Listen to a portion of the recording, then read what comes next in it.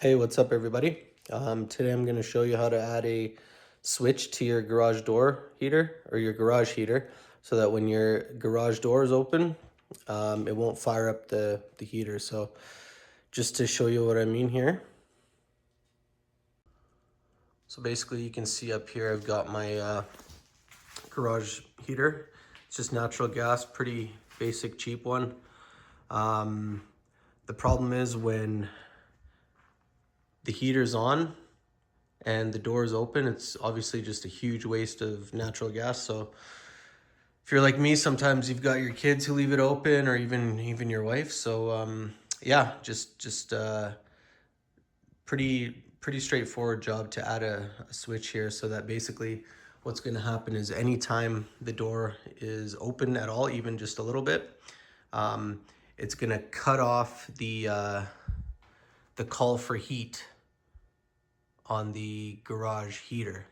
So basically you can see how mine is wired up here. So I've got a pretty basic thermostat. I've got the cable for the thermostat that kind of runs up here and just goes across, and then it goes into the garage heater there.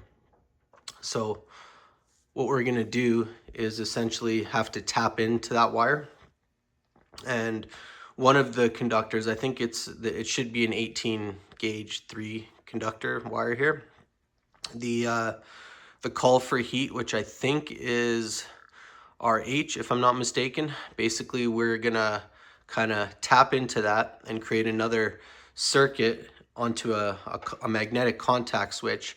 And then with that contact switch, basically when it's open, it's gonna cut off the circuit so that it won't be able to call for heat when it's open.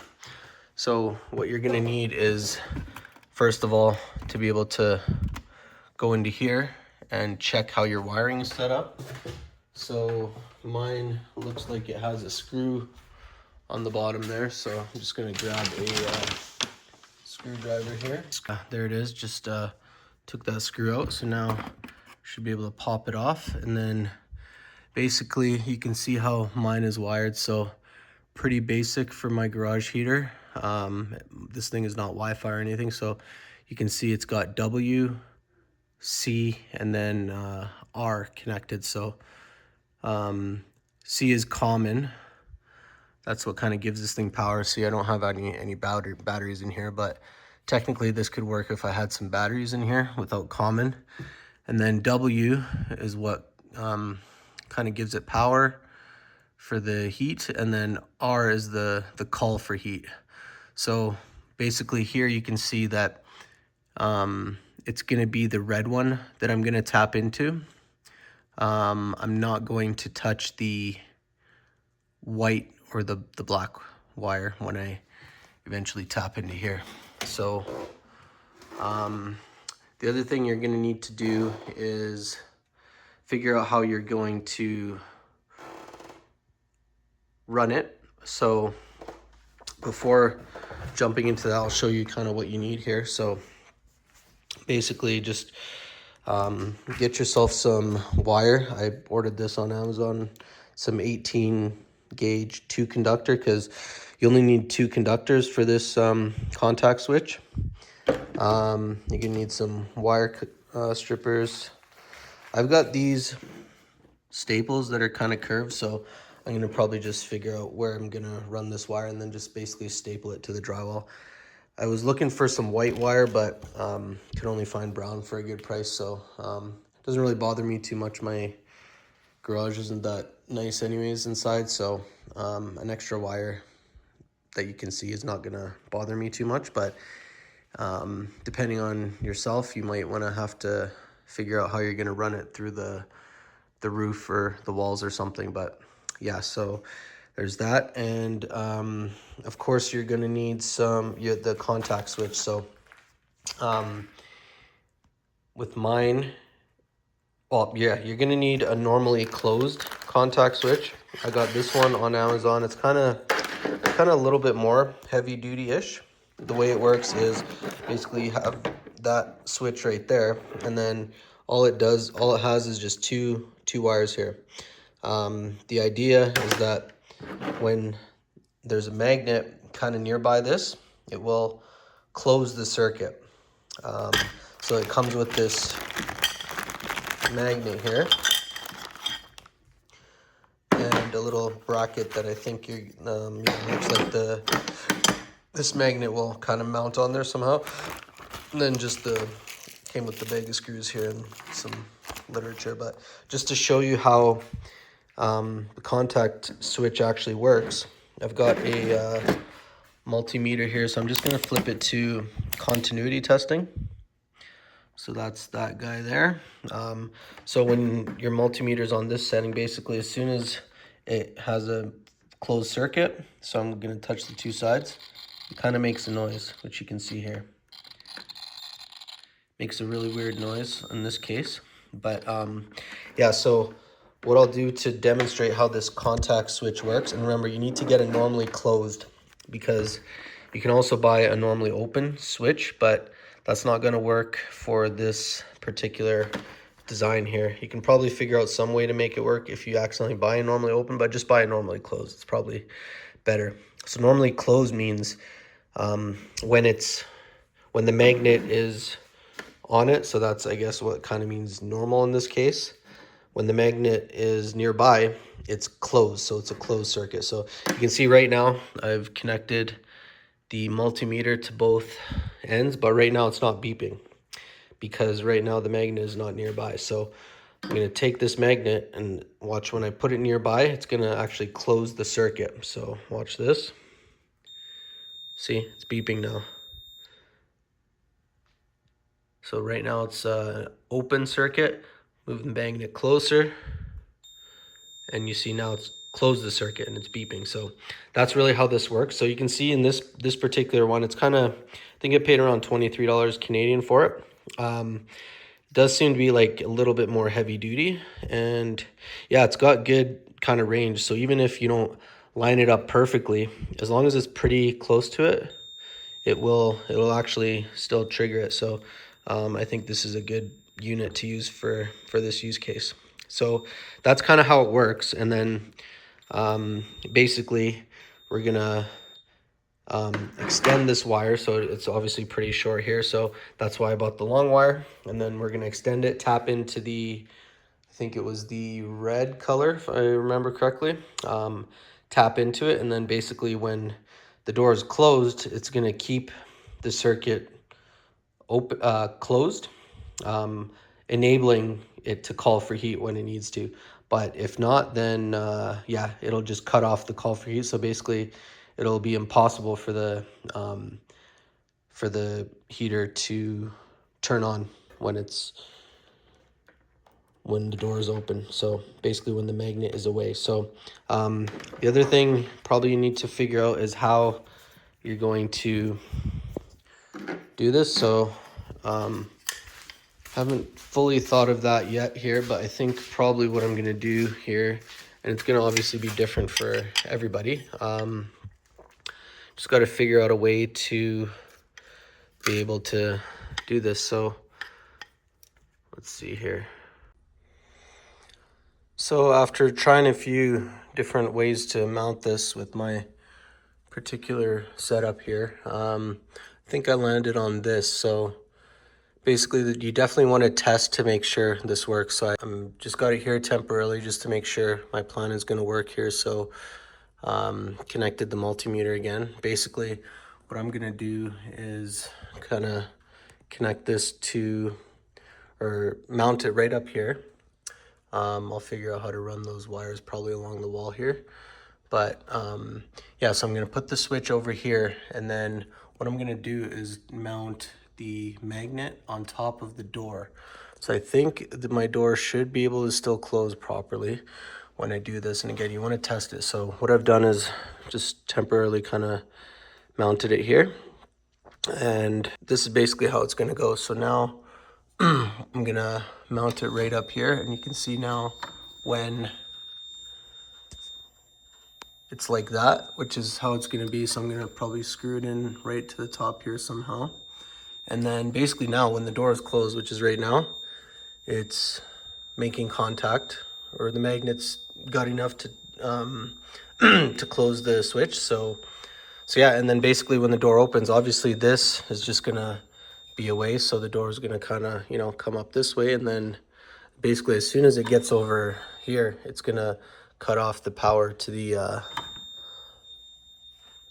call for heat. So, and again, you can see it's not super sensitive. So I can even, it's got some tolerance. I can move it back right about here and it's still making contact. But yeah, I'm gonna have it mounted right to the wall. So I should test it just to make sure it's here. But yeah, and what I noticed too, it's gotta be, as long as it's like in line with it, it's good. As soon as you kind of move it, that's when it stops. So that's more important. It's got a pretty good kind of tolerance that way. So yeah, what I'm gonna do next is mount this somehow, and I'll come back after I've figured out how to mount this. Okay, so I've pre-drilled a couple of holes here. So yeah, the switch is mounted already. Just pre-drilled a couple of these guys. I think I used like a 3/32 or something. So now you can see it's kind of lines up there with the holes. So I'll be able to put the screw there and also there. And yeah, once I've got this mounted, again, I'll probably keep it kind of right around there. I'll come back after I get this on. So that was a little more annoying than I thought it would be, but it's finally in there. I had to switch out the screws to some self-tapping ones because the ones that came with it were just not working. But yeah, it's on there. It's pretty solid. Not going anywhere, hopefully. And yeah, so you can see garage door closed. It's beeping. So now, haven't fully run any of the wires yet, but I've kind of tucked it up there because that's what I'm going to be doing here. So now, basically, you just got to test it. So what we'll do is open the door. And then basically, as soon as it opens, yep, stop beeping. Oh, shit. Oh, we got a problem. So, there's always something going on, isn't there? Always something going on. Yikes. All right, well, that is too bad. That is going to be a problem. Darn. Darn, darn, darn. Well, I should have known something was gonna happen. It was going way too smoothly. So what ended up happening was I had this sensor way too close to here. So when the door was going up, this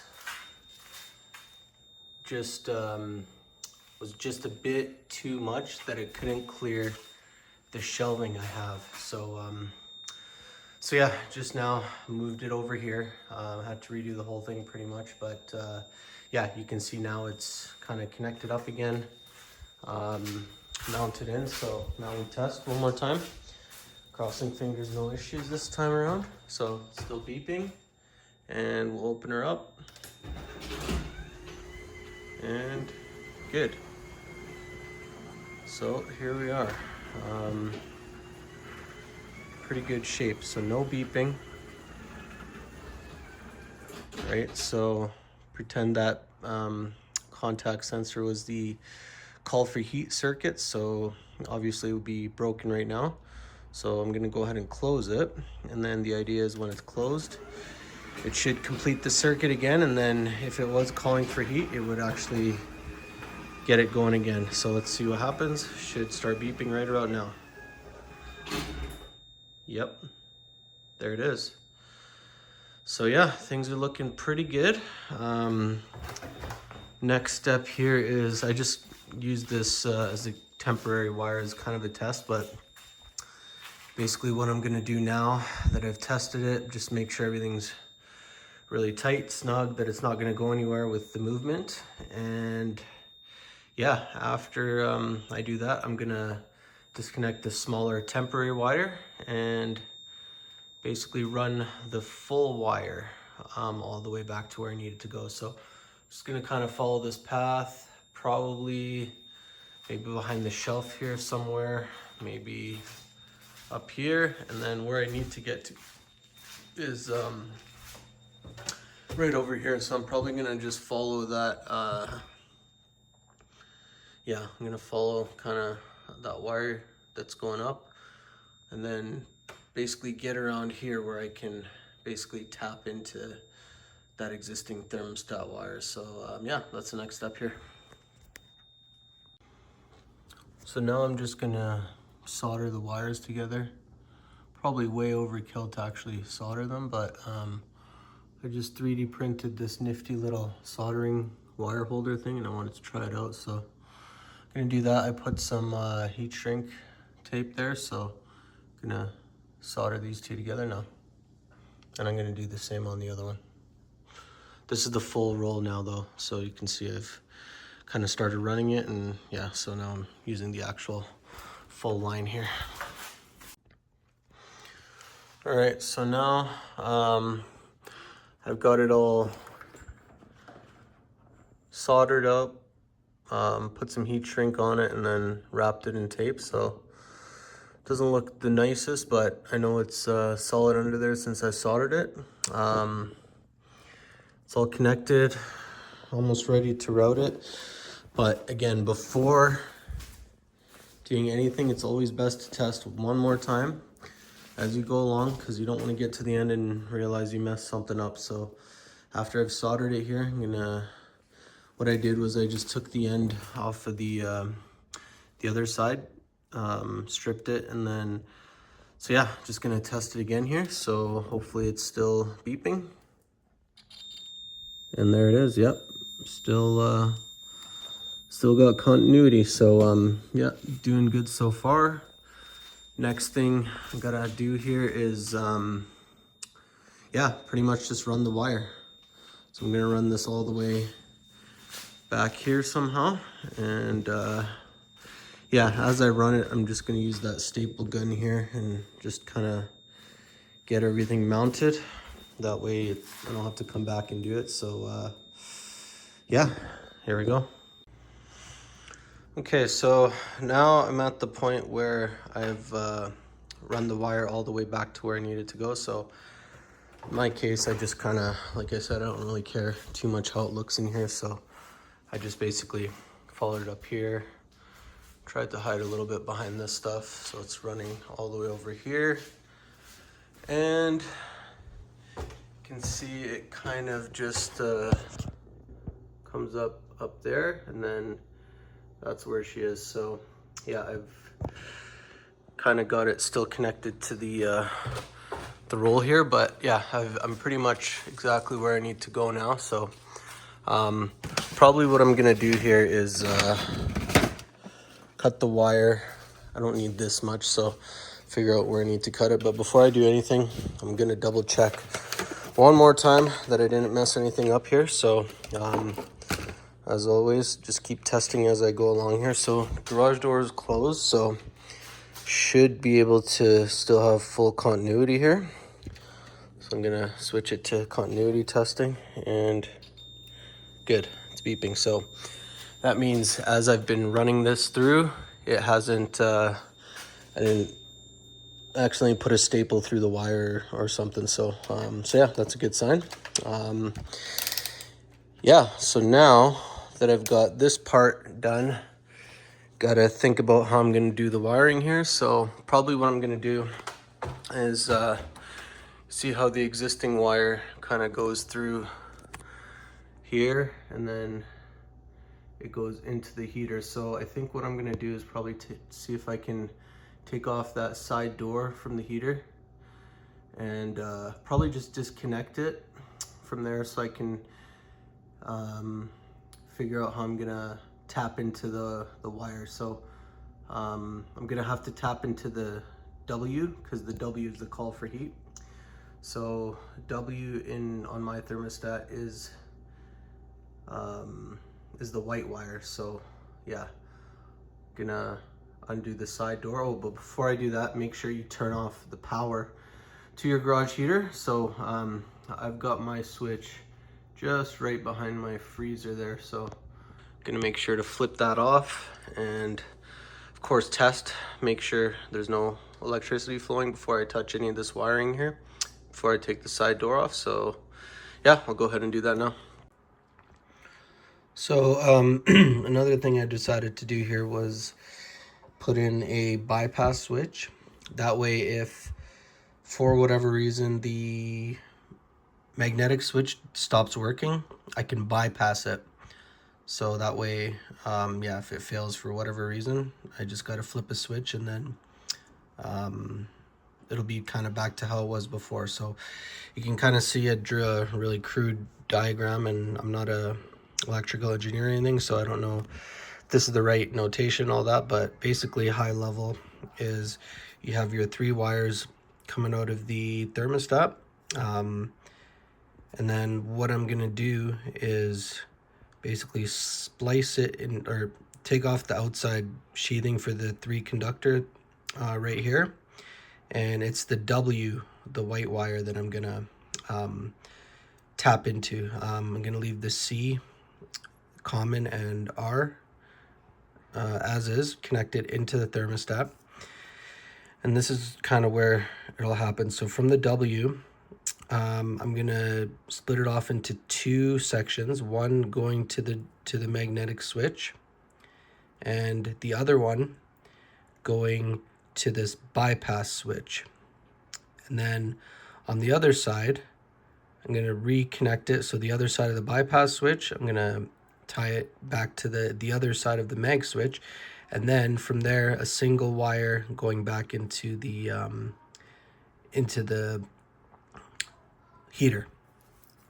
Oh, forgot to write that that's the heater. So basically what I did is I bought a couple of these. These were about 10 bucks on Amazon, about a 5-pack of these. So all they are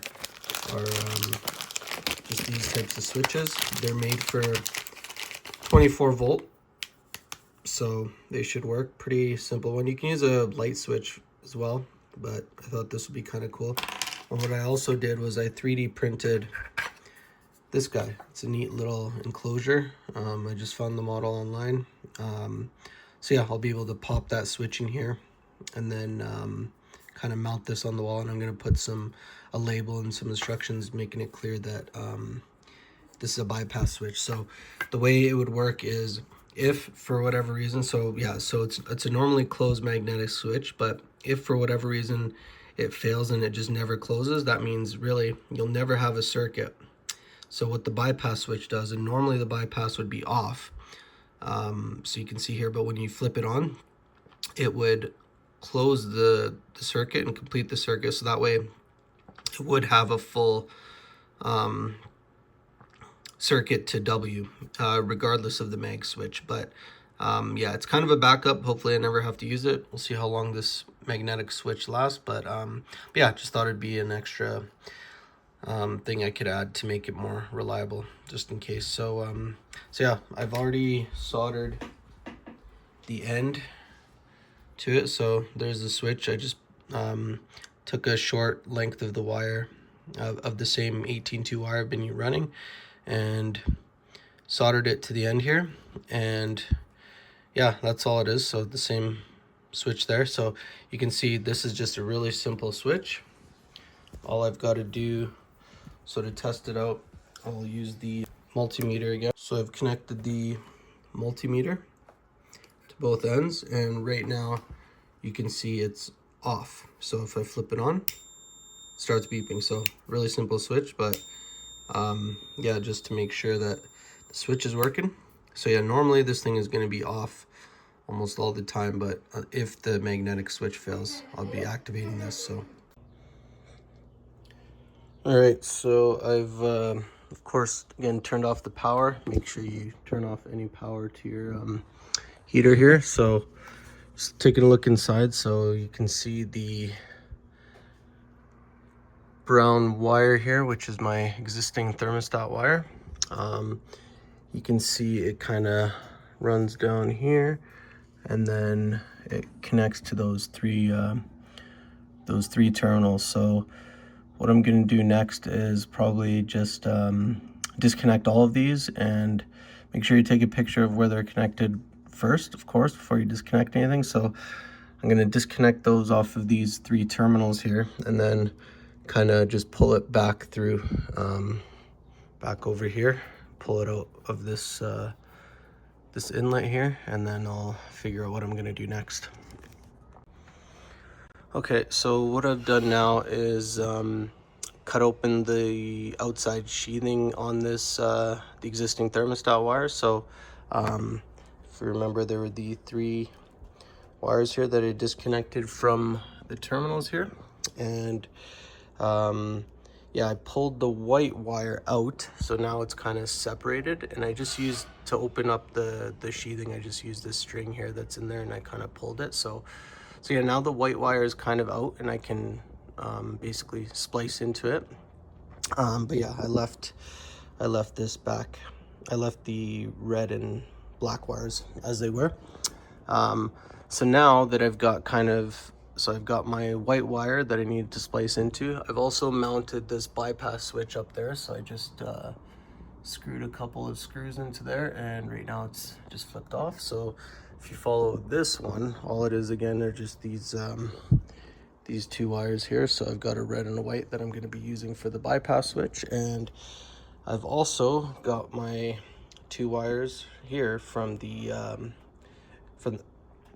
mag switch. So yeah, basically now I've got everything kind of here ready to go, and I just got to figure out how to connect it up. So if you remember my pretty crude diagram here, basically what I need to do is, so yeah, this is the white wire now that was coming from the existing thermostat wire. So now I've got to connect one side of the mag switch and one side of the bypass switch to that existing white wire from the thermostat. And then on the other side, I'm going to connect the other end of the magnetic switch and the other side of the bypass switch to this shorter length that I just cut off. And once I do that, then I'm going to try to basically feed this back into this sheathing here, into the sheeting that I cut open, and that way I'll just kind of have a clean, you know, three wires coming back through there. So yeah, I'm gonna wire everything up here, and I will report back in a sec. Okay, so what I actually decided to do before moving on to wiring things is, I had that piece of white wire that I cut off, so I basically just fed that sort of back into the sheathing here and aligned it with where the other two wires are. So that way I'm gonna have kind of one single wire going in here again. So it's gonna yeah, so that way it's just one clean wire going in, kind of how it was, even though I'm gonna have, you know, things spliced into it up here. But basically, when you kind of look at it like this way, basically that's what I've done here is so there's the existing wire I needed to splice into the white here. So that's kind of what I've got going on here. So now that it's in pretty good shape, I'm gonna wire things up here. And for this one, I'm not gonna bother soldering. I'm just gonna use some barrettes. I've got these really small ones here that should work okay with these to secure three 18 gauge wires. So yeah, I'm gonna go ahead and wire things up now. Okay, so now I have everything wired up here. So I've connected, so I've run the wire back into the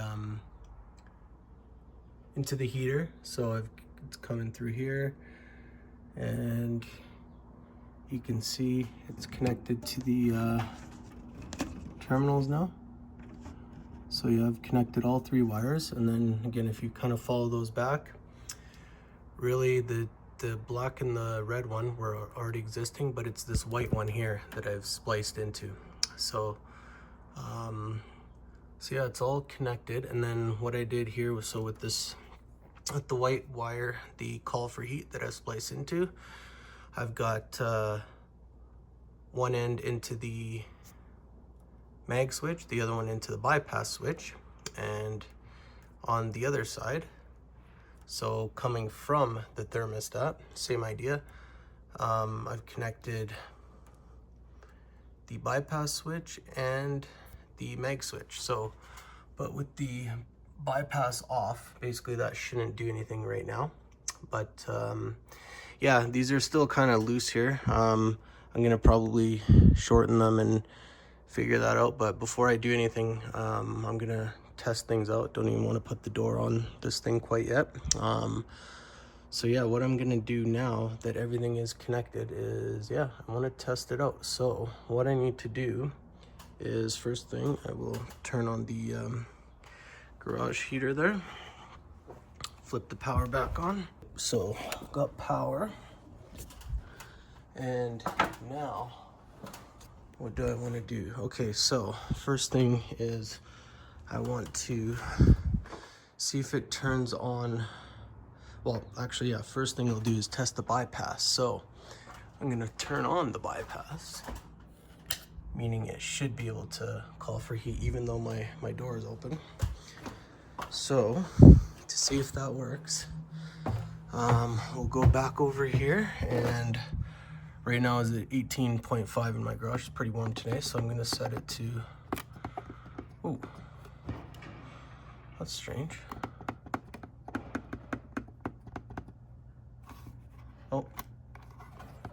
Oh yeah, I gotta flip it on to heat. So right now it's set to 16, so, but it's 18.5 in here, so I'm gonna set it to 19. Let's see if it turns on. Nice.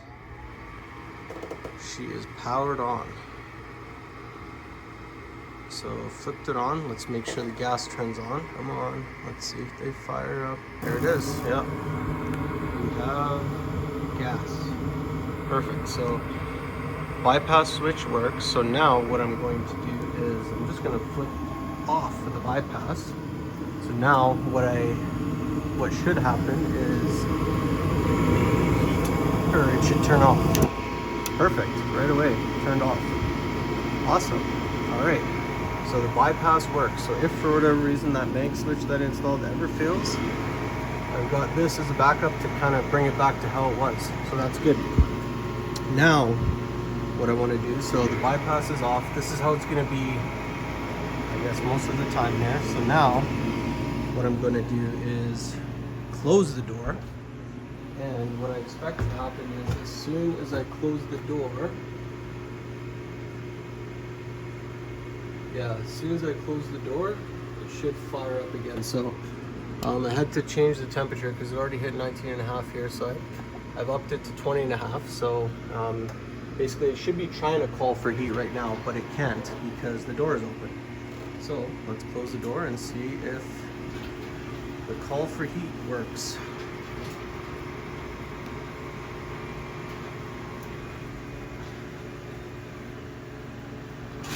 Okay, so door is closed now, and let's see what happened. Oh, there it is. Yep, it kicked on. Door is closed.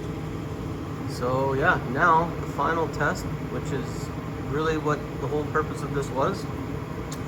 Basically, what I want to happen now is, as soon as I open this door, I want that heater to turn off. So let's do it.